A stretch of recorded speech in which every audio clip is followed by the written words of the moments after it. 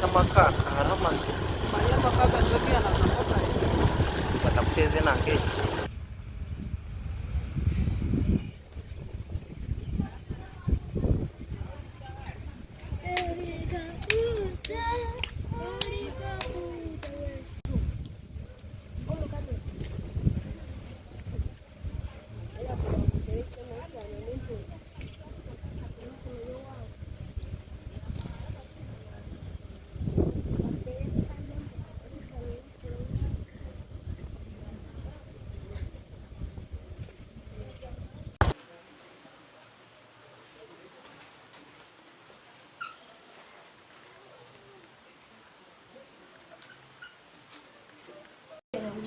Chitemo.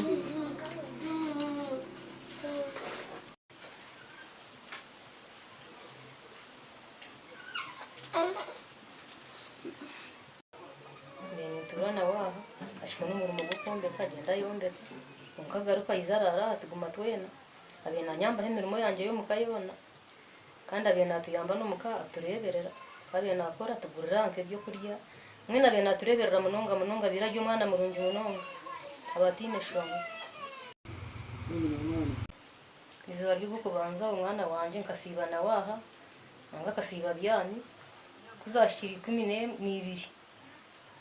namuhise umuyanye ngaze kujinshagingera nashaginga umutawuni ho hari y'amasanyarazi minginera kwa kuzaho umuriro yagenda yakunshagingera kuzashira saha zikazi yanza kuba saha 2 akagenzire na munyanyazi wanje wa Swento tubabiye nibiza bari ko mu muhanda bavuga n'abantu babakwata kuba bakwasire munyanyazi wanje we yabakiza amani yiruka yagumiza mwiza kutweta isaha ejo twagenda twaza kuri abamukwatara twasanga atakiro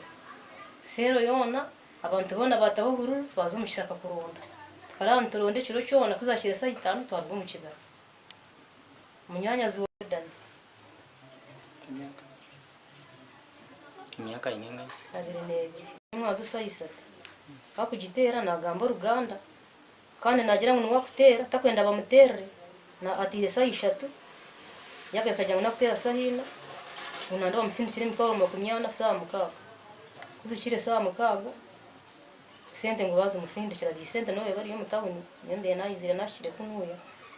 bajya ngo bazagaruka batere saha 10 kuzishire batera bajya ngo 1 miliyoni musanzu kandi mu kubasindikire zo sente babe baragine ngo baza kumureta bamuteka aho baramuteke bamara kumuteka aho batere sumu kuba amureta tugende tumwe aho baramuteka mwene kugucyura umwazo umwanya bwo gutera kugamba ngo benda kumureta batugamba ngo 1 miliyoni musanzu babone kumureta kandi zaba zitarho umuntu bakoma kugamba ni tori za saa 3 muzamara kurenga ne bakora iki barakundi niyo bigambo byawe bagambire batuyambe mazima bagezeho nabo barebe tugezeho byari mabatuyambe oje kuyinda batuyambe mazo bite twino shitubasa batwine sente tine nabyo kuguza aho turene ha igenzo yiturumuni yejo tine kinde kitwine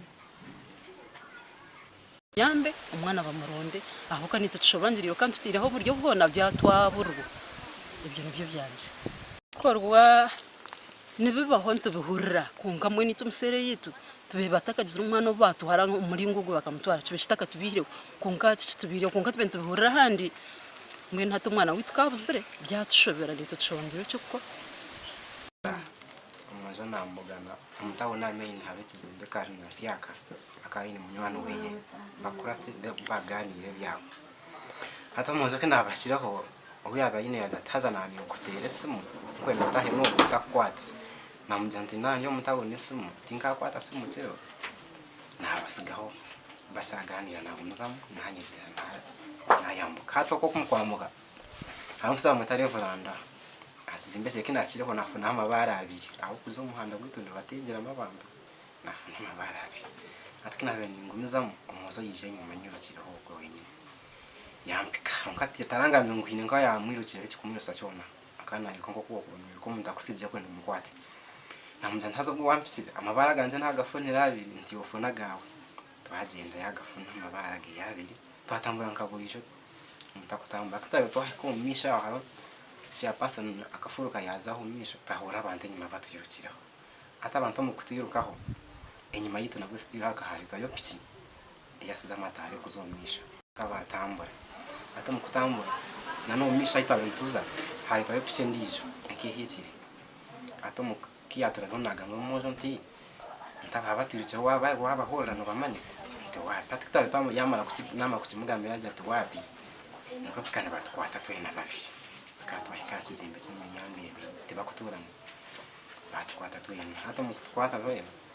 umusigazo akora si akajuruzi bari ashaka yarekeri bato mu kujirekera ayabera nkwasira yekanga hata mu kwekanga nanyiriko ko mwese kuza nkwasi mukiruka hata mu kiruka hariho injuru mbwiga mu tayenos n'abanyuka nangana pichi kehichi n'umuntu pichi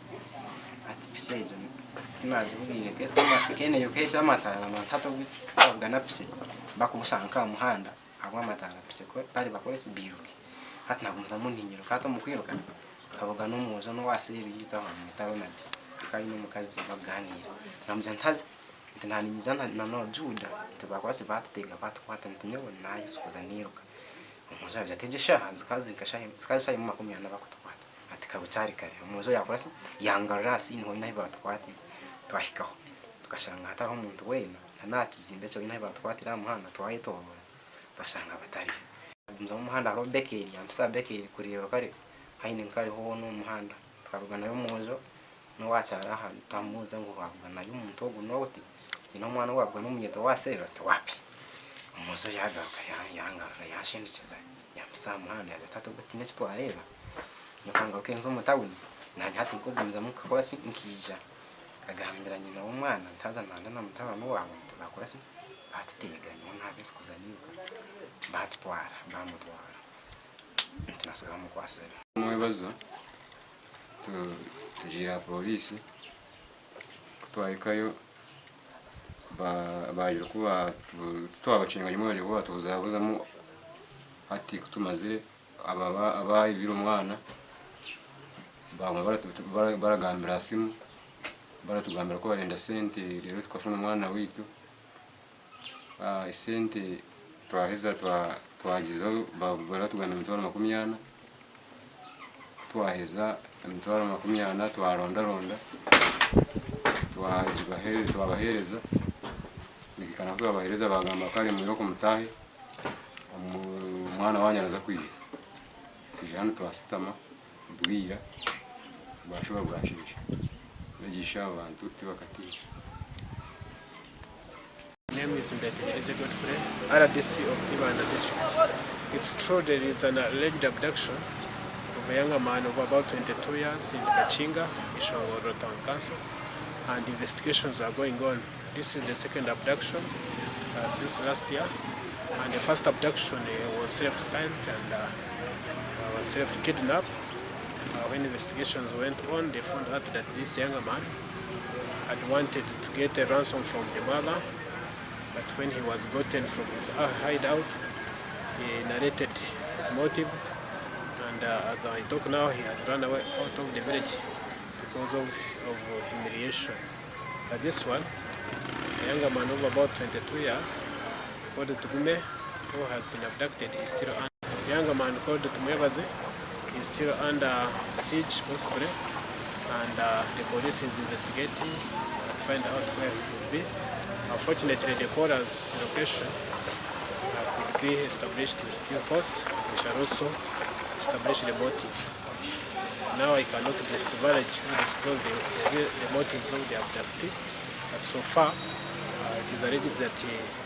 the ransom of 400,000 has been paid, and the abductors are still demanding for 7 million, which the family cannot withstand, cannot manage to pay.